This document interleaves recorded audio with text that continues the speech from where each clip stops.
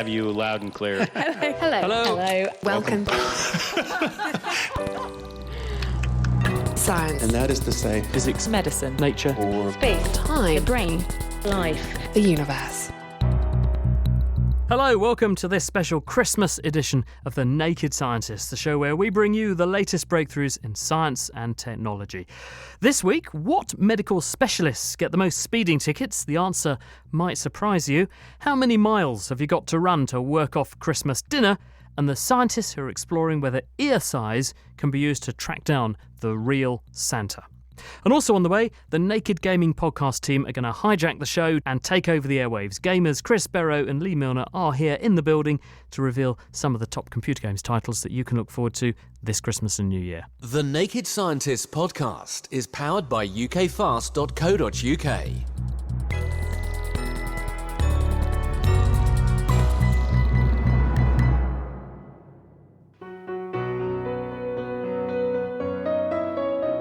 On the first day of Christmas, my true love gave me one present, a partridge in a pear tree.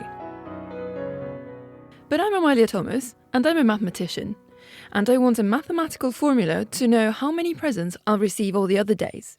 On the second day, he gave me that one present again, and then 2 more turtle doves. So on the second day of Christmas, my true love gave me a total of 3 presents. Then on the third day, I got these 3 presents again, plus 3 French hens. So on the third day, my true love gave me 6 presents. These presents add up quickly. Can you work out how many gifts will be crammed into my stocking by the last day of Christmas? And it's not actually as simple as it sounds, but thankfully Amalia is going to be back in about 20 minutes' time, and she'll put you out of your mathematical misery if you can't work it out. And of course, another institution that's very good at minimising misery is the medical profession, and each Christmas the British Medical Journal, the BMJ, uses the festive period to publish some of the more unusual pieces of research that they receive. My name is Sophie Cook and I am an editor working at the BMJ, and I have been involved in the Christmas issue this year. The Christmas issue has become a sort of BMJ tradition really, and where each year we take a bit of a break from the norm. We publish more light-hearted and sometimes satirical content, and I think it's important because our readers work very hard all year, and we think it's nice to provide something a bit different for them, sort of alongside the regular offerings. Like this very important paper you've got here on what my specialty says about my likelihood of getting caught for speeding. Yes, exactly. Yes. So we found this was quite an interesting research question, and I'm sure that doctors are very interested in the behaviour of other doctors if you're anything like me. Well, I'm glad I'm not a psychiatrist. I mean, look at that. They're streets ahead on the speeding scales. They've got more tickets than anybody. So they are. It's probably not the conclusion that I would have come to myself, actually. But this is an observational study that used data from Florida in the US. These authors wanted to have a look at which doctors were most likely to be caught speeding. But not only that, they wanted to look at whether or not specific doctors would be more likely to be caught speeding in a luxury car. And they looked at physicians, but they also looked at a comparison of non-physicians as well. The outcomes were interesting because they found that actually it was the psychiatrists who were most likely to be caught extreme speeding, doing over 20 miles per hour above the speeding limits. And they also found that actually those who were most likely to be caught speeding in a luxury car were the cardiologists. They also looked at whether or not doctors were more likely to sort of get off speeding tickets. And they found that actually compared to the general population, there wasn't. So their conclusion was that doctors aren't sort of treated more favourably compared to the general population in terms of leniency. But interesting to see the psychiatrists up there, and I'm sure that will make for some interesting discussions within the hospital with your specialty colleagues. Looking at these numbers, there's 15,000 speed tickets issued here to 5,000 doctors, give or take. So that means that these people are real speed demons. Yes, it does mean that, actually. Certainly, it does look like there are doctors that like to drive fast out there and enjoy their cars.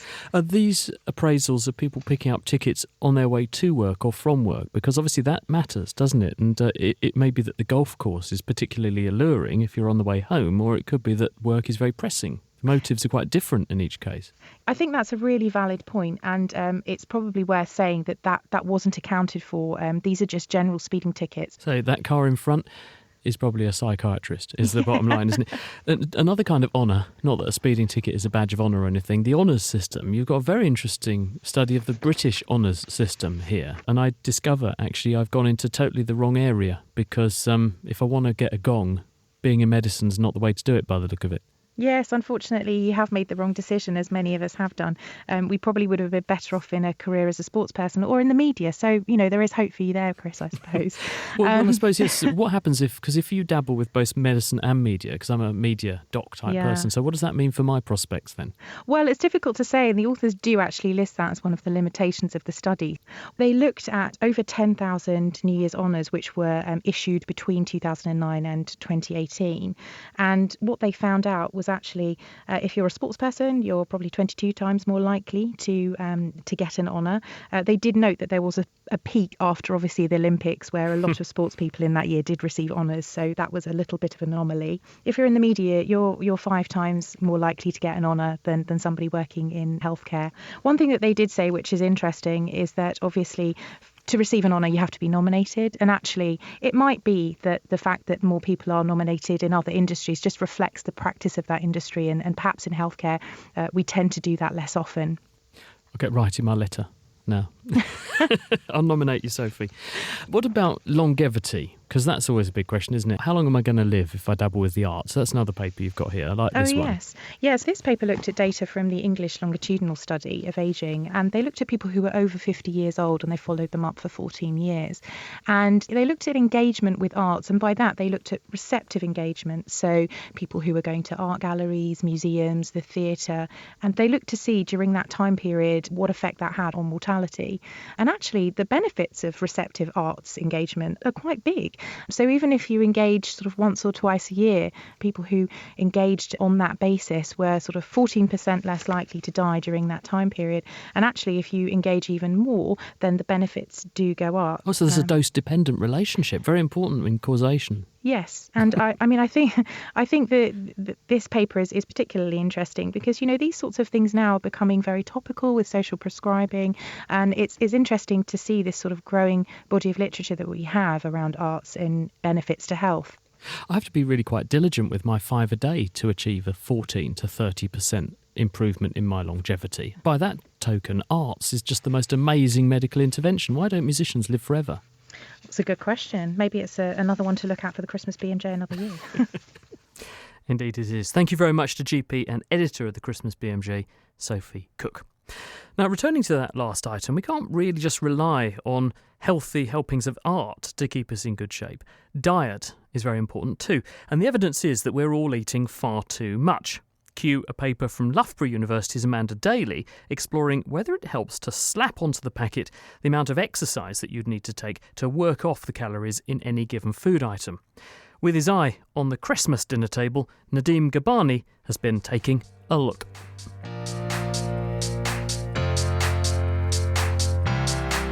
A paper published earlier this month suggests that PACE, or physical activity calorie equivalent food labelling, could improve eating habits and reduce related diseases by encouraging us to eat fewer calories. But how would you feel if your food and drink was labelled with the amount of exercise required to work it off? Let's take your average Christmas treat as an example, the humble mince pie, each having around 200 calories, 10 grams of sugar and 5 grams of fat. Still sounds good to you, right? What if I told you that it would take at least 20 minutes of exercise to burn it off? And that's before you have even thought about adding custard, cream, or going for a second portion. The research is based on the principle that current methods of labelling are not good enough. They say this is simply because people do not know what calories or fat, sugar, and fibre, etc. are, and what they're used for in the body. But if people were able to understand the labels in simpler terms, it may lead to reduced selection of higher calorie foods and increased selection of lower calorie foods. The paper indicates that people picked and consumed products with less calories if they had these labels over products that had no labels at all. Interestingly, PACE labelling made little difference over products with calorie-only labelling. It's therefore no surprise that multiple sources, including the NHS, say the study is inconclusive and needs further work. The whole idea of this type of labelling could be thought of in a similar way to the changes made in cigarette packaging a few years ago, whereby branding was removed and all that remains now are warning messages and pictures. It may not be pleasant, but according to multiple studies, it has shown to be effective and has therefore contributed to the UK having less smokers than ever before. But then, in principle, is this something that should be mandatory for all food and drink products in the UK? or perhaps just for highly calorific items?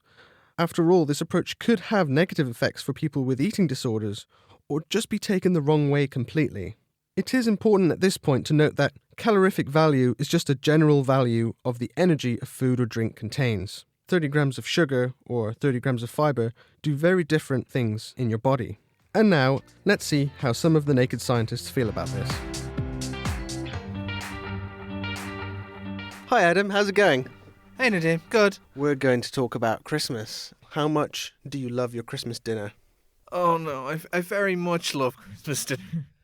Do you love it enough to run over 12 miles? 12 miles.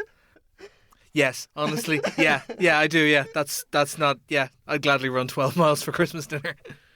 If packaging in the supermarkets for food and drink was to, for example, have a time you need to exercise to work off the energy in that product, would that deter you or change your mind from buying any products, you think? I don't know if it would actually deter me from buying the products or it would just give me more shame while I eat the same things. Hi Katie, how's it going? Very good, thank you. Very much looking forward to Christmas. How much do you like your Christmas dinner? It's my favourite meal. It's got all the component parts that bring me joy. Would you run over 12 miles for your Christmas dinner? Are you serious? 12 miles? I mean, I go on a Christmas walk, but gotta be honest, I don't go on a Christmas run. Maybe I should. So it sounds like there might be something to this after all, but we will have to wait and see if this tool can really help us change our relationship with what we eat. Now that's food for thought. It certainly is. Nadim Ghabani reporting the work he was discussing was published in the Journal of Epidemiology and Community Health. What do you think? Do you think that that's a good strategy? Put the number of exercise units on the packaging alongside the calories. Would that actually make you more or less motivated? We'd love to hear your thoughts. Now, still to come, the scientists who are using statistics to track down the real Father Christmas. We also reveal how many presents, along with the partridge in a pear tree, you would get after 12 days of relentless gift-giving. And grab your joystick and fire up your console, because we're going to be talking gaming. Before that, though, Phil Sansom has been getting to the bottom of Rudolph and his famous red nose. Good old Rudolph. The smallest of Santa's reindeer seemingly first appeared in a picture booklet for an American department store back in the 30s. But could he have been real? And if so, what's the truth behind his most famous facial feature? Parts of his story definitely check out. Red light would absolutely have been the most useful colour for navigating through a cloudy night, because red equals a longer light wavelength. These are scattered less by particles of fog, meaning that red light travels farther than other colours. Which explains why Boris the blue-nosed reindeer got passed over for the job. Now, how would Rudolph have become so distinctive in the first place? Well, some real-life reindeer actually do have red noses, or rather slightly pinker noses than normal. In a study in 2012, some Dutch and Norwegian scientists took images of their noses and found a really high density of tiny blood vessels inside, similar to the capillaries we have in our noses, but even more of them. And they didn't stop there. Next, they put a reindeer on a treadmill, of course, and took pictures with a thermal imaging camera. They saw its nose heating up as it exercised to be one of the hottest parts of its body, suggesting that those blood vessels in the nose are for regulating body heat. So if Rudolph had indeed taken this to the extreme, his nose would have been really full of tiny capillaries that would have helped it avoid freezing while pulling the sleigh on a cold winter night. On the downside, he might lose some popularity if it does turn out that his red nose is actually just covered in blood. I'm going to dismiss the blood theory, though, because Rudolph's nose wasn't just red, it was glowing. Where on earth could something like that come from? There are a number of types of creatures that do glow, that's called bioluminescence, but they are very rarely red. Glowing fish in the ocean depths tend to glow blue because, in water, blue light travels the best. Whereas on land, glowing creatures tend to be yellow or green because that contrasts best with the dark of night.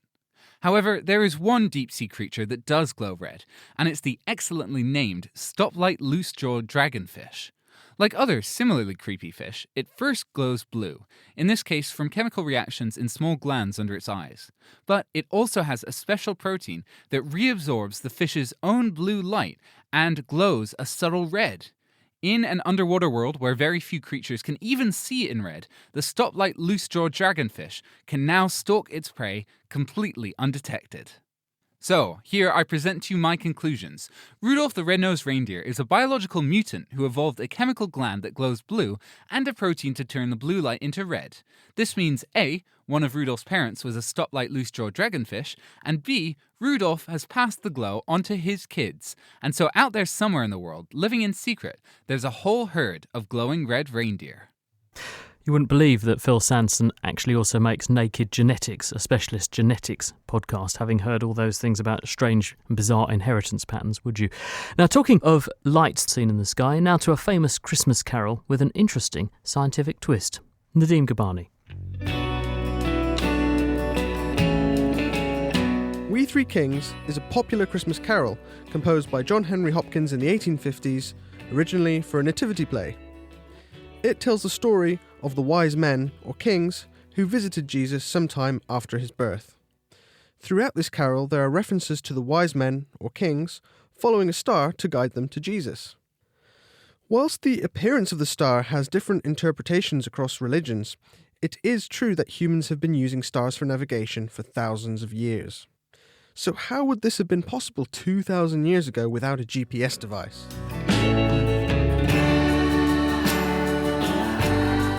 Well, during the day you can use the sun, which was in general known to rise in one direction, the east, and set in another, the west, following a line across the sky. The path of travel can actually be as extreme as northeast to southwest, or southeast to northwest, depending on what time of year it is. But what if you needed to travel during the night, when maps, routes, or landmarks were not available? Well, weather permitting, stars and constellations were often the answer, offering easy-to-remember patterns and rules. Perhaps the best known is the Pole Star, or North Star, which was known to reliably keep its position day to day. We now know that this is because the star sits very close to the North Pole, and therefore it's close to being along the axis of the Earth's rotation. The Pole Star can be found using the Plough, also known as the Big Dipper, which is a saucepan-shaped constellation. The Pole Star sits above the pot section of the saucepan, so find this and you know which way north is. But how far north are you already? Using your hands, you could approximate your latitude by measuring how high the pole star sits above the horizon. The higher the pole star in the sky, the further north you are. There are various other constellations, such as Orion, which goes east to west, that can be used for navigation in a similar way to this. But what if you're in space and you don't have the Earth's surface as a reference? Spacecraft today typically use devices called star trackers, which are basically cameras or light sensors. The trackers work by taking a snapshot of whichever stars are in their field of view, and cross-referencing these to a database of known stars and their positions. So, the relative position of the spacecraft can then be inferred from the selection of stars the tracker can see. This works well because astronomers have mapped out the stars with great detail and accuracy.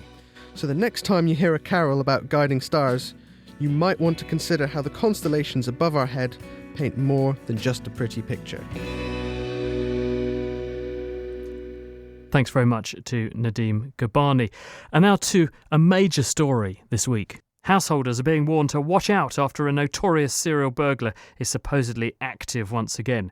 This man can be easily identified by his bright red clothing and white beard. He tends to strike around this time of year, and he always leaves one or more signature calling cards in the form of objects wrapped up in colourful paper. What's really surprising, though, is that sightings are coming in from all over the world, suggesting that he employs an army of decoys to get away with his crimes. Phil Sanderson has been speaking to data scientist Raphael Sonnabend, who, along with his fellow detective Bilal Mateen, has been trying to catch the real Father Christmas with statistics.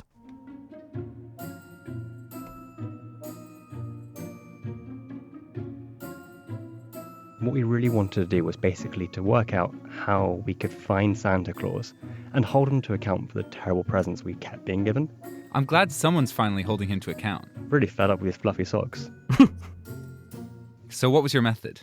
Basically, Bilal was aware of these two models that came out in the 90s, which made very strong claims that basically said, if you have someone's age, you can predict their ear size. And Santa Claus, who we all really know as St. Nicholas. Of course. Born in about, I think it's 4th century. So we worked out his age now would be 1,750 years old. And his ears are basically the same size as an Asian elephant's. That sounds a little big, I got to be honest. Yeah, it's bigger than normal. So what we kind of thought was every year, these shopping centres are full up with like, these fake Santas. And we figured that if we went to enough of them, eventually we might just realise that one of them has very, very long and droopy ears, and that would be our guy. The problem that we found is that it turns out the models didn't actually work. Oh, no. Yeah. So how did you discover this? We wanted to go by this process called external validation. And what that basically means is we took these models that had been already developed on different data, and we tested it on new data. And when you say models, are they studies of people's ears that people had done before? Yeah, so one of them had used a very small sample size of just 80 people in an old age home in Texas. And it's really not representative of the world. So what we did was we bought about 50 pizzas and close to 100 cookies. And we put out a call in the Alan Turing Institute and the British Library and said, come along, we want to measure your ears. In return, you can have as much food as you like. And in the end, it took about 200 ear measurements and 6 hours. Did people mind getting their ears measured? I don't think they knew what was about to happen. Many people just walked into the room and I was wearing a lab coat. And I'm not a scientist. I'm not a doctor. They thought I was, and I didn't tell them otherwise. Wow, it's amazing what you can get away with 50 pizzas, 100 cookies, and a lab coat. It was tiring and it was impressive, to be honest. Okay, so how did you compare the data to the models? For example, 100 people in a Texan old age home. So obviously we didn't have the original 100 people, so we couldn't actually test how well the models worked on that data. But what we could do was take all of our 100 people, and we asked everyone what their age was, look at the predicted ear size from the model, and unfortunately, the errors from these models were just about as bad as just randomly guessing. Oh dear. Yes, so it turns out they didn't really work at all. So the thing about these models that we saw was that, I think it was something like they predicted that babies would have the ears that you'd expect like a 20-year-old to have. So that's kind of the problem you get when you build a model out of people who are in their 80s. It doesn't really represent the younger population at all. Oh, you can't extrapolate? Not in any way. I guess this also means that St. Nick probably doesn't have ears as big as an elephant, right? The truth is that we don't really know how the Christmas magic works. They say that he died almost 2,000 years ago. Well, let's work from the assumption that he's still alive. How are you going to catch him? What's next? The nose, perhaps, or his lips, or his other facial features. But that has the same problem. It's a tough one. Well, do you know what my idea is? Go on. I think beards. Oh, okay. Somewhere out there, someone's got a beard down to the floor and then back round. And that takes about 1,000 years to grow. See, I think he's a good trimmer. Oh, no. Yeah, see, I think he sees that coming. I think he knows. He's crafty. Yeah, he's a wily one.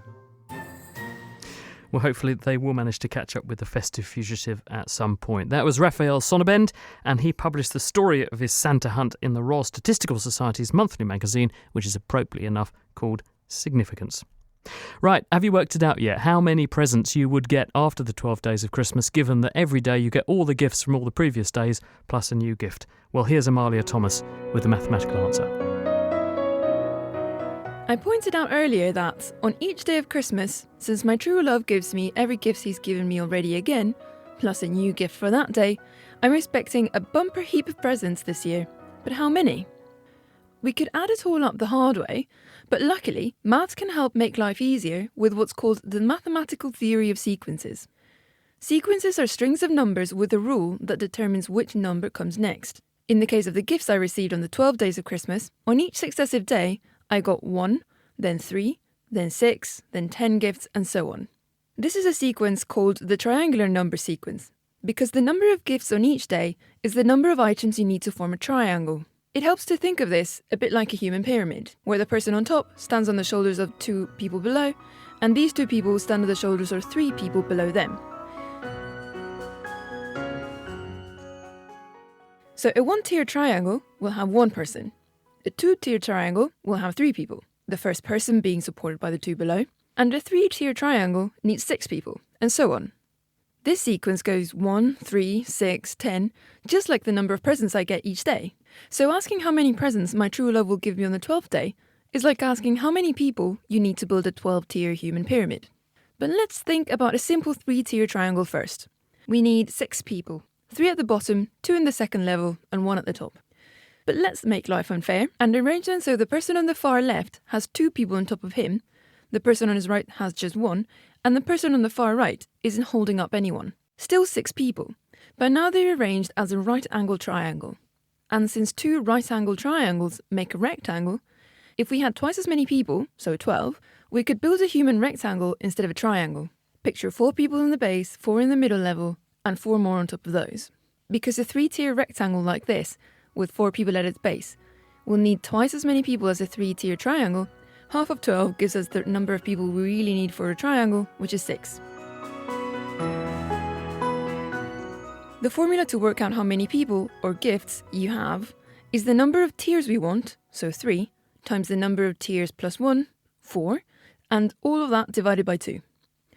So for a 12-tier triangle, which will tell us the total number of presents on the 12th day of Christmas, it's 12 times the number of tiers plus 1, so 13, and all of that divided by 2, which is 156 divided by 2, which makes 78 presents. And if we do that for all the previous 11 days of Christmas, we can find that mature love got me a total of 288 presents. Don't we all wish we had such true love in our lives for Christmas? So, did you get it right? Well, if you didn't, maybe you need to ask Father Christmas for a calculator this year. The Naked Scientists podcast is produced in association with Spitfire, cost-effective voice, internet and IP engineering services for UK businesses. Find out how Spitfire can empower your company at spitfire.co.uk. You're listening to The Naked Scientists with me, Chris Smith, with Chris Barrow and Lee Milner, because it's a special edition of the programme for Christmas, and we have invited the newest recruits at The Naked Scientists to join us this week with their controllers at the ready, appropriately enough. It is our Naked Gaming crew. Hello, hello. Hello. Nice to see you. Yes, thank you, Dr. Chris, for letting us loose and take over. Very wise decision. So Lee and I are looking forward to the show. Let's just give you an idea of what we have in store for you. Yeah, we'll be bringing you the latest gaming news and reviews. Also, the voice of Ash from the original Pokemon TV show is going to join us. That's Veronica Taylor. Really, he just kind of came into here, so he's kind of back in my throat, and, he's got a lot of energy. I'm so jealous. Yeah. I want one. You want that as a ringtone, don't you? Yeah, I definitely want it. Also, our regular reporter and Frozen correspondent, Alex Rhodes, gets to grips with the latest Frozen game on your mobile in conjunction with the release of the film Frozen 2. Enter your age. It's embarrassing. 27, right? I feel like it should close itself down and be like, this isn't for you, mate. Thanks, Alex. It's not for him, really. Bless him. And we've just started featuring a simulator of the month because, who doesn't like pretending to be a farmer or even a bee? Yeah, there is really a game called Bee Simulator. Not only that, Lee recently played PC Building Simulator. Right, okay, I'm carrying... Don't read the instructions. Well, I don't want to read it. I want to blow something up or raise something. I'm currently picking up a parcel and walking around an office block. It didn't go that well. It never does, but I enjoy it anyway. Dr. Chris, you're a medical professional, of course. We've also asked you to play a game, Surgeon Simulator. Did you find the time for that? Yeah, I did find time to sneak it in. It's several hours of my life I won't get back. Okay, let's just hear a little bit of what happened here. It's chopping its way through the bed. Oh, no. Okay, I'll try and remove some ribs. I'm now lacerating parts of the rib cage. Good use of lacerating, but probably not in the right context. Thank you, Dr. Chris. We'll hear the results of that later on.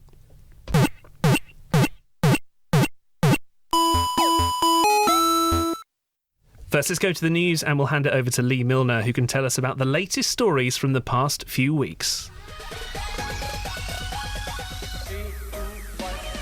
Okay, so PlayStation has just announced its DualShock 4 back button attachment. Yeah, really, the accessory you didn't know you ever needed.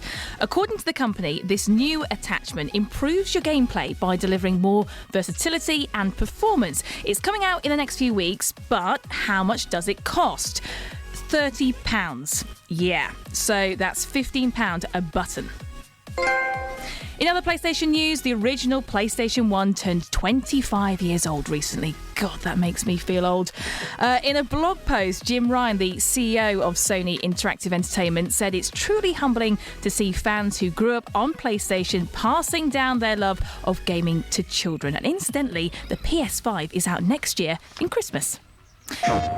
And finally, Fortnite has crossed over to the dark side by collaborating with the Star Wars universe. Disney has teamed up with Epic Games to bring all kinds of exclusive content to the popular Battle Royale shooter, including an in-game screening of the scene from the latest film, The Rise of Skywalker. Now, it's not clear at this stage if the screaming children who watch the film will be banned from the game or not, but I think they should be.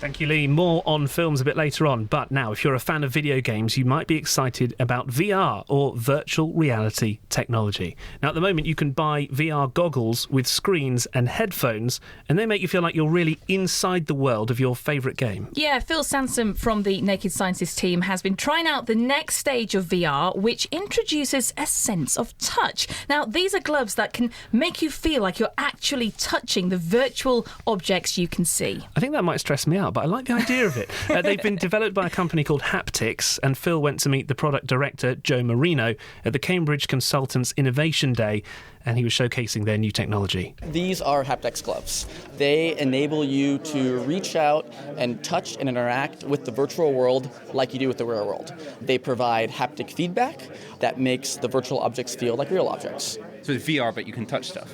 Precisely. VR that you can touch stuff. How does it work? So we have an array of effectively bubbles that we inflate pneumatically with air pressure that displaces the same amount your skin would displace when you go out and touch real-world objects. So you squeeze something harder, we push more into your skin. You touch something lightly, we squeeze very slightly into your skin. Additionally, there is a force feedback component that we can prevent your hands as you're grasping something from passing all the way through a virtual object. That's really sci-fi. I love it. Can you show me on the actual gloves? I'd like to try this on to figure out what's actually going on. Is that okay? Yes, we can do that. So the first thing I'd like you to do is if you give me your right hand, we'd like to take a quick hand measurement to make sure that your virtual hand matches your physical hand in size. Perfect, thank you. Put on these two liner gloves. Very hygienic. We're going to put the gloves on you now. Slide your hand on. Oh, they're more comfortable than I thought they'd be. We spent a lot of time and effort making them as comfortable as possible. It feels like two layers of normal, like woolen gloves, but on the back is this huge chunky bit of black plastic with tubes running out going to these caps that you stuck on the end of my fingers, and there's a bit around the wrist as well. It's not actually that heavy. No, we try to keep it as light as possible. In your fingers and in your palm, there's arrays of bubbles that we can control the pressure to, and then if you look on the back of your hand, we have these tendons that slide. What materials are we working with here? It's a lot of plastics and silicones and things of that nature. And how on earth do you inflate and deflate the bubbles so quickly to deal with me reaching out and grabbing something? Good amount of air pressure and the right kind of valves. Okay, all right, I'm ready. Put the headset on me. I'm looking at what looks like a barn and a windmill and a field, but I'm way bigger than it, and it's all done in cartoony graphics. What do I do? This whole world is interactable. You can reach out and touch and grab and play with whatever you want. Okay. So the first thing that's going to happen is there's going to be some rain that's going to come out of that one of those clouds there in a second. If you put your palm up under the rain, you'll feel the raindrops as they're coming down and hitting the palm of your hand. That's creepy. Feels like little tiny blips on my palm and fingertips. Yeah, so everything in this world is physically simulated, and we're using those physical simulations to give you the tactile feedback that you're feeling. Yeah. Is that significantly more complicated than just simulating something for a game, for example? It's not more complicated. It takes a bit of extra knowledge to understand what is the right way to set things up, but people who can know how to develop games and game engines are pretty good at making this next step to make the environment haptically enabled. If you press that last button, and then you want to grab that fly swatter probably, and then you can swat the UFOs, or they're going to steal everything from your farm. Marino, we'll have to get a pair. It does sound good, doesn't it? Yeah, hopefully they're affordable as well, like it sounded like they were. Yeah, I think so. Phil says that he did defeat, by the way, all the virtual UFOs with his virtual fly swatter, and it was genuinely a lot of fun. Nice one, Phil. Good aim. Mark's tweeted us saying, we've come a long way since my interest on the PlayStation 1, playing Doom and Duke Nukem with a bit of Lara Croft as well. Happy days. Lara Croft. Classic wow, times. Childhood there. Now, you might have heard this story recently. The world's rarest Pokemon card sold at auction in New York for around £150,000. Wow. Yeah. Bargain. Only 39 copies of the ultra-rare Pikachu card were ever released as a prize in a drawing competition in Japan, and only 10 of them are known to be in circulation. That is super rare. Now, this particular card is drawn by the original Pikachu artist. That's Atsuko Nishida, and it sold for more than 3 times the previous record for the exact same card. You see, this is why I spend so much time on Facebook Marketplace. Well, trying to get this deal. One day, I'll get it. Someone's going to put it up, I'm sure. So, why are trading cards worth so much money? Well, Chris found out from the professional sports authenticator Terry Mellier, who decides just how much collectible cards are worth. Astute collectors nowadays understand the importance of getting their memorabilia and or cards graded. So they submit, sometimes in bulk, sometimes in single cards, their items to PSA for grading. And there are different levels to that grading. The turnaround times, all of that sort of impacts the fee. But for instances, they could turn in a card to get both a grade as well as authentication, and that would be about a $20 turnaround. And what they do is when the cards are submitted to us, obviously they go through a big screening process. And we have professional graders, people that have been in this business for years that know what to look for when they're trying to identify specific identifiers on the card. For instance, measurement's important. Trading cards are generally 2.5 inches wide by 3.5 inches tall. The card stock that is used is also something we analyze, the thickness of the paper stock. In the case of upper deck trading cards, for instance, they have a hologram that's situated on the back of all of their cards. These are all things they need to look for. And then, of course, they start looking at the card for condition. You know, is it something that has dinged corners? Does it have creases? Is there discoloration because the card was left out in sunlight for too long?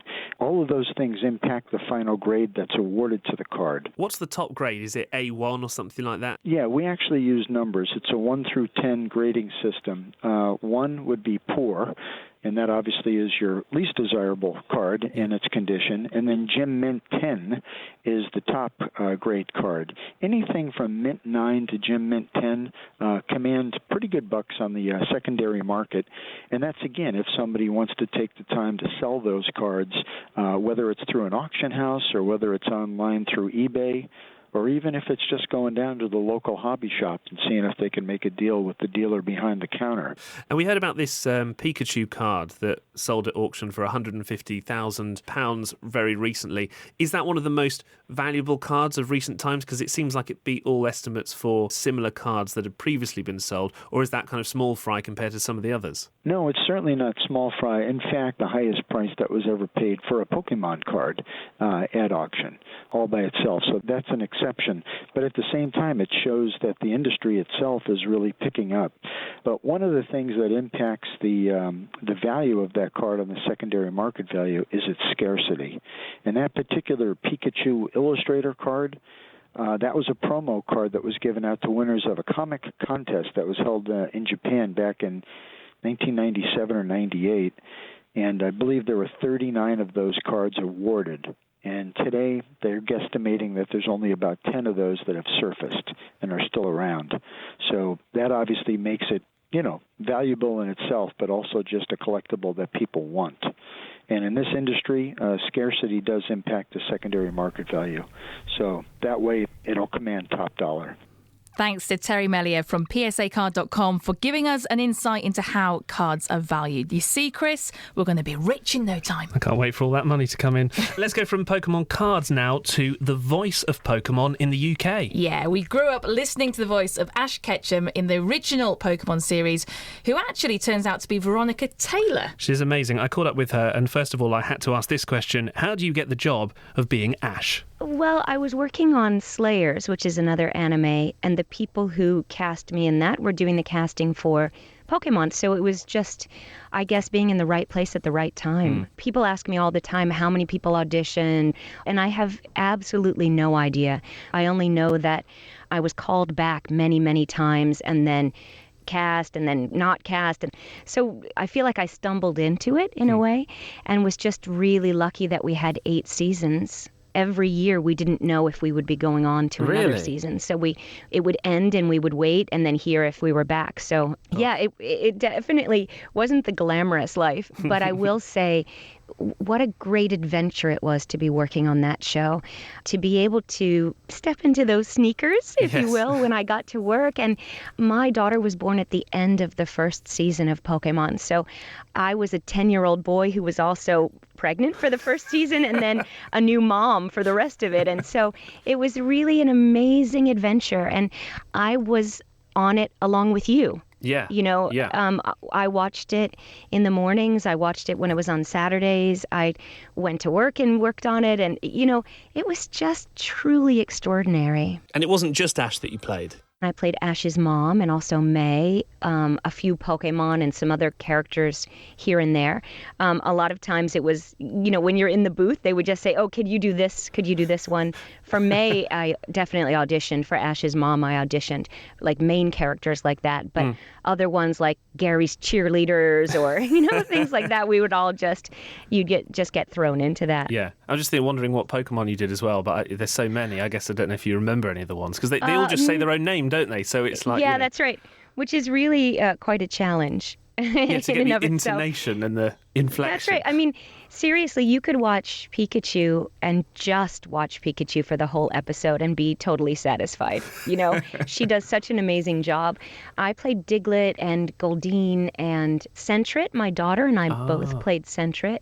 In the very beginning, they didn't want me to play anything other than Ash. And then they were like, okay, you can play Ash's mom. And then after a while, they let me play other things, whereas everyone else got to play a couple of characters. Oh, I see. Brock was James and Misty was Jessie and, different things like that. So you're the voice of Diglett Dig, which I now remember. That's right. It wasn't just Diglett, it was Diglett Dig. I remember that now. Diglett Dig, yeah.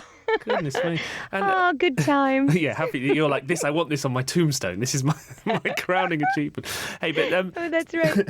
I played Diglett as a worm. And I just found out it was a mole recently, so I feel like I need to go back and redo the whole thing. Yes, they're going to be the director's cut, like the remaster. Yeah, exactly. Hey, I'd watch it. Any excuse to watch it again. And it is one of those series that when you do watch it again, and I started watching it again recently because, I knew I was talking to you and I wanted to sort of remind myself of the series. It's quite emotional storylines. Like in that first series that you were mentioning, I'd forgotten this, but Ash and Pikachu split up for a while, and I think that was at the time when you were on the way to actually having the baby. You were quite pregnant at that time. So obviously emotional scenes, probably emotional moment for you in life as well. There's a lot going on there. Well, it's surprising in a cartoon for children that there was so much going on. There's so much about loss. There's so much about loss in terms of having to lose a favorite Pikachu. Later on, your friends come and go. You have to... you lose a battle, how to get back, how to have good sportsmanship, all of those things that you really get to dig into. And when you're dubbing, you don't have a lot of time to think about it. You don't see the script ahead of time, so you're really playing the moment. So it's a great acting exercise in terms of that.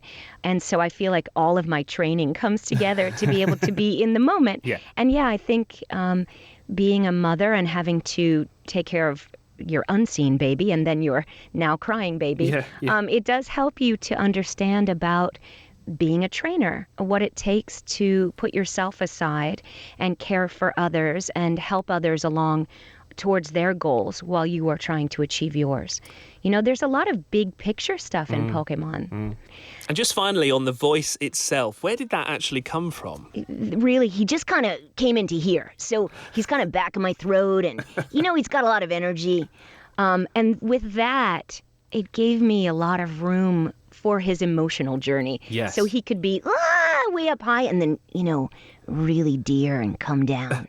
So he had a lot of space in there. So in terms of that, it was a great voice to work with. Yeah. And it's a great party trick because it sounds a lot different from my voice. Well, I was going to say, you can do this all day if you like. I'm happy to listen to you doing the voice of Ash. Hey, Chris, thanks a lot. You're pretty cool. Hey, Chris, I choose you. I bet you're jealous that she said my name I'm like so that. jealous. I want that. I know. Gutted. It's great to talk to Veronica Taylor, who was recently in the UK at a convention. She is amazing, and my life is now complete. It is The Naked Scientists with me, Chris Smith, and with Chris Barrow and Lee Milner this week, because we have invited the Naked Gaming podcast crew to hijack the programme and bring you news of all the recent releases in time for Christmas. If you'd like to get in touch with the programme, it's chris@thenakedscientist.com. You can also tweet at Naked Scientists or find us on Facebook. Thanks, Chris. Time now to look at new releases. And there's a couple for you. Let's start with Frozen Freefall, released in conjunction with the film Frozen 2.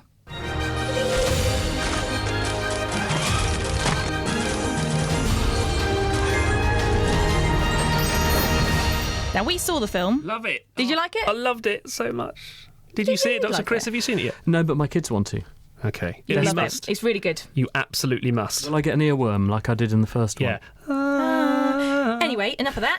So, is the latest Frozen free-to-play mobile release any good? Well, you get a grid, you match the gems, and they pop. That's how you get points. Let's hand it over to a man who's as cold as ice, our resident snowman enthusiast and laughing stock, Alex Rhodes. Hello there, Chris. Alex here. Now, when you told me that I'm going to be playing a game that ties in with a beloved movie franchise that's very current right now and all the rage and everyone's talking about it, I naturally thought, I'm going to be playing the new Star Wars game. I'm not. I'm playing Frozen Freefall. I think it came out recently with Frozen 2. It's a mobile game as well, so let's just give it a whirl, shall we? I've got it installed on my phone here. I'm actually coming to you not from my normal, usually, I'm in my bedroom. This time I'm actually at my girlfriend's parents' house for the sort of Christmas period. They're all downstairs, doing something. I just sort of snuck upstairs to play computer games by myself. So let's give it a go. Boot it up. Here we are. From what I can tell, the Disney logo's loading up. It looks a bit like a kind of Bejeweled knockoff. Oh, here we go. Enter your age. It's embarrassing. 27. Right. I feel like it should close itself down and be like, this isn't for you, mate. You weirdo. Okay. I'm looking at a big sort of map. There seems to be loads of levels. Each sort of little nodule on the map represents a level, I think. What you can't miss is in the top left, in big letters, is sale. Like many a mobile game, I imagine this one makes all its money. It was free to install, so I imagine it makes all its money from microtransactions. So my target is 7,500 points. I've got 20 moves.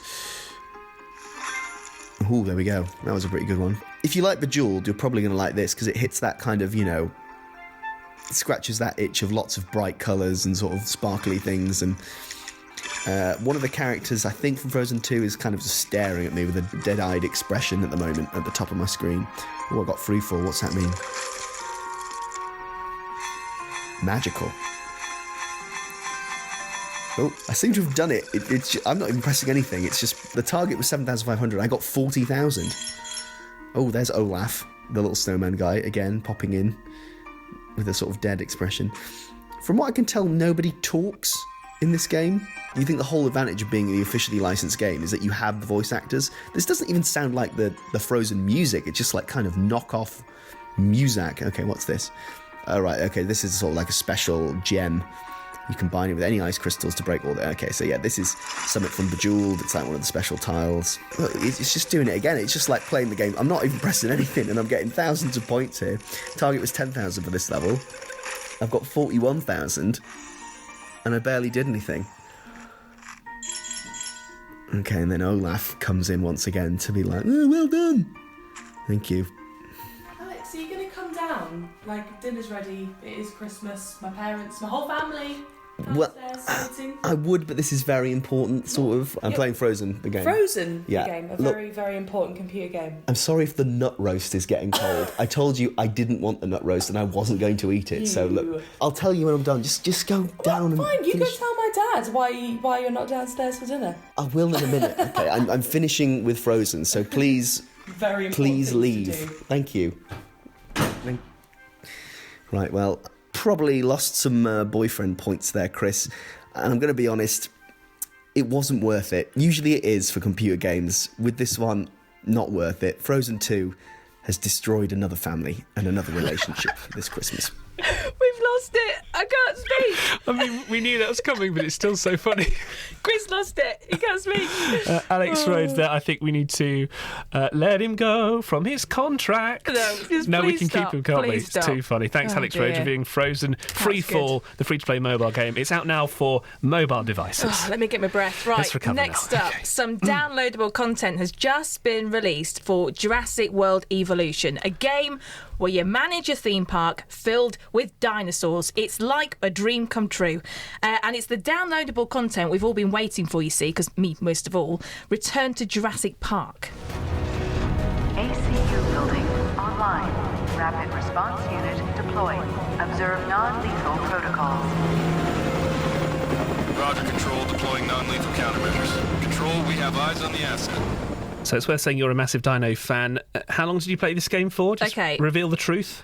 Honestly, In 9 hours in one night. Yeah. It's addictive, to say the least. It's like Sims meets Roller Coaster Tycoon. Yeah. But you got to build a Jurassic Park, but not kill anybody, keep the dinosaurs alive. Because they keep breaking free, don't they, the dinos? Yeah, the T-Rexes do, they're tricky little things. And yeah, just keep everyone alive and make lots of money, really. So it's just like the actual film. And can we get a rating out of 10 for Jurassic World Evolution, the downloadable content? It has to be Tenosaurus from me. Wow, okay. Thanks very much indeed for that. And now board games. Yes, they're always popular at family get-togethers, particularly at this time of year. You love a board game. I love a board game. Too much. I mean, I could play board games all night. But you do. Cluedo, Monopoly, like we've just Kaplunk. bought Kaplunk. We've just bought Mousetrap. It's in our car right now, genuinely. Literally, it's like retro revival for board games. That's true. And where did you buy it from? A random person's house for £10, didn't you? On the Facebook Marketplace, Well where done. you find all the Pokemon cards. Anyway, I'm not going to advertise it. Okay. So why are board games still so popular, and how do you come up with something new to rival these classic board games? Cesar Ul-Jassar is from Alley Cat Games, based in Cambridge. They design unusual board games, including Dice Hospital. So when did it all begin? I was a postdoc at the Laboratory of Molecular Biology in Cambridge, and in the last 6 months of that postdoc, I started developing a science-themed game with my wife. It was called Lab Wars. So we started working on it, we play tested it, we did all the art and stuff. We put it on Kickstarter, and that did really, really well because it got featured on a whole plethora of science-based news channels. The biggest one was Nature News, as well as like Wall Street Journal, Science. And because of that, a lot of scientists who play games back that campaign, and we've sort of never looked back. And since then, we've made about, 10, 11 Kickstarters. So how do you try and make a popular game that people will enjoy? Our philosophy is we try to make thematic games. Playing them, they're not just abstract things where you're moving pieces around. You actually feel engrossed in the theme. So, for instance, with Dice Hospital, like you said, it's actually our most popular title. You literally feel like you're managing a hospital by manipulating the dice, because the dice are the patient's health levels. So you're literally moving pieces, which is like a doctor. You move them into a room, and that manipulates the dice. So actually, the most recent one that we've sort of the Kickstarter finished is Dice Hospital Community Care. So it's the expansions to Dice Hospital. That did really, really well. I think that had like almost 3,000 backers or something. And right now we have another Kickstarter called Tungaru, which is like a Polynesian seafaring game designed by some famous German designers. And that's on Kickstarter right now. So, yeah, we're always busy doing things. Thanks to Cesar Ul-Jassar from Alley Cat Games. Chris, you probably would like Dice Hospital because the dice are the patients, but low numbers on the dice means they have low health. So you've got to try and get it So what do you sorted. actually have to do? You roll other dice, and then that impacts the patient dice. So if you roll high on certain dice, then you do well. But if you, so it's a bit of it's all in the wrist. Is it? You're an expert at that, are you, Chris? Yes, and the player with the highest reputation wins the game, so it's never going to be me. Now, just to finish today, Dr. Chris Smith, of course, the driving force behind The Naked Scientist. Well, Lee and I decided to set him a challenge. Yeah, you had to get hold of a copy of Surgeon Simulator to start with and give it a go. This is what happened when Chris found out the game that he was playing. Okay, let's see what Chris has sent over for me to take a look at. Play. Oh, Surgeon Simulator. Yep, give it to the doctor. See how he gets on. It's been about 20 years since I last operated on somebody, so this is going to be interesting.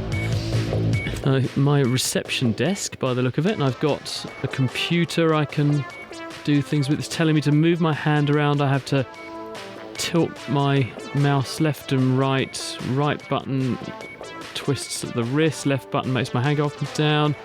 Bottle of diazepam on the desk in front of me, that could come in handy if I get too many tremors. And let's start operating then. Oh, we're in theatre. Oh, there is a patient on the table in front of me, and it is Donald Trump. I'm operating on Donald Trump. Do a heart transplant on Donald Trump. Okay, so next to the bed with Donald Trump on it is a transplanted organ chest. So let's see what they've got in there for us. I'll open that latch. In this box, there are 2 hearts. I can have a stone one or a gold one. I can transplant into Donald. Okay. Oh, I've just given myself a needle stick injury with that. Oh, there was a syringe and a needle next to the bed and I accidentally touched it and I've injected myself with whatever was in it. And my hand has shrunk to minuscule proportions, which is quite interesting. Right, there is something that looks like a martial arts weapon. It says rotary saw, or there's a laser cutter. All right, let's try the martial arts thing. That looks fun. Let's pick that up. And oh my goodness, this thing I've got hold of, and it's whirling around like a strimmer. And it's got about 5 blades that are going around incredibly fast. Okay, it's chopping its way through the bed. Oh, no. Okay, I'll try and remove some ribs. I'm now lacerating parts of the rib cage. It's doing a huge amount of damage. Oh my goodness, I've dropped it and it's gone inside the patient. And let me try the laser cutter. The other one's gone now. Obviously not sterile.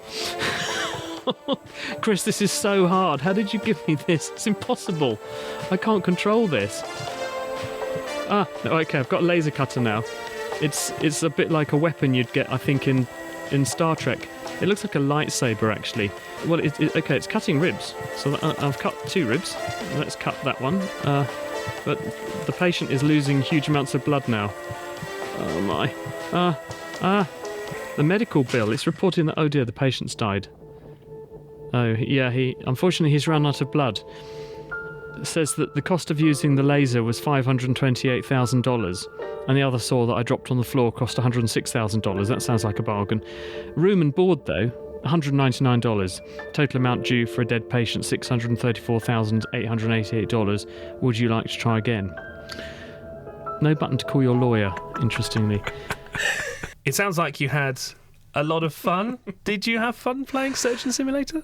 It was really difficult, I'll be honest with you. I mean, 10 out of 10 for humour. It was the really dark, daft kind of humour that I absolutely love. I mean, bottles of diazepam on the doctor's desk. And it was like dark humour, very funny. Donald Trump on the operating table, and if you want to, you could just go and give him a good slap round the face. You could give him a face transplant. Well, you couldn't do that, but his head would sort of wobble backwards and forwards as you slapped him about a bit. You couldn't pull the rig off. But no, every sort of medical bone in my body was rebelling against this, because you end up in this operating theatre. You can only see one hand that you can operate with. It's the wrong hand in my case. It was my left hand. Yeah. And you've got no gloves on, so you're kind of delving into this person with no gloves, no kind of proper protection on you or the patient, and then you pick up these tools and instruments, and there's everything from like an axe, if you want to axe into the patient, to this, as I say, lightsaber-like thing, which when you pick it up, it's not at all coordinated. You just end up kind of basically scything all over the operating theatre, and you slash his neck by accident with this thing, because when you try and move the arm to then move it to the rib cage to start cutting ribs, you accidentally miss and get everything else. Wow. And it's I don't know. Carnage. Yeah, so 10 out of 10 for humour, but honestly, after about an hour of trying, I just said, my life's too short for this. I tell you what, you need to have a go on Goat Simulator. Yeah. You'd Really? be great at that. Why? Yeah, it's carnage. I thought you said your tongue got stuck on the back end of someone's goat. Yeah, well, It didn't sound like was that ideal. The game? Yeah. Yeah, that was the game you were playing, wasn't it? It didn't sound ideal to me. It's a bit crazy. But I mean, if I was the patient, I mean, I've had knee surgery recently. If you were the surgeon, Don't come in my I'd be operating pretty theatre. nervous. Expensive as well. Well, thanks to Dr. Chris Smith for letting us play today as well. We loved it so much. Yeah, we're off to go play some games. Jurassic Park. Sorry, what?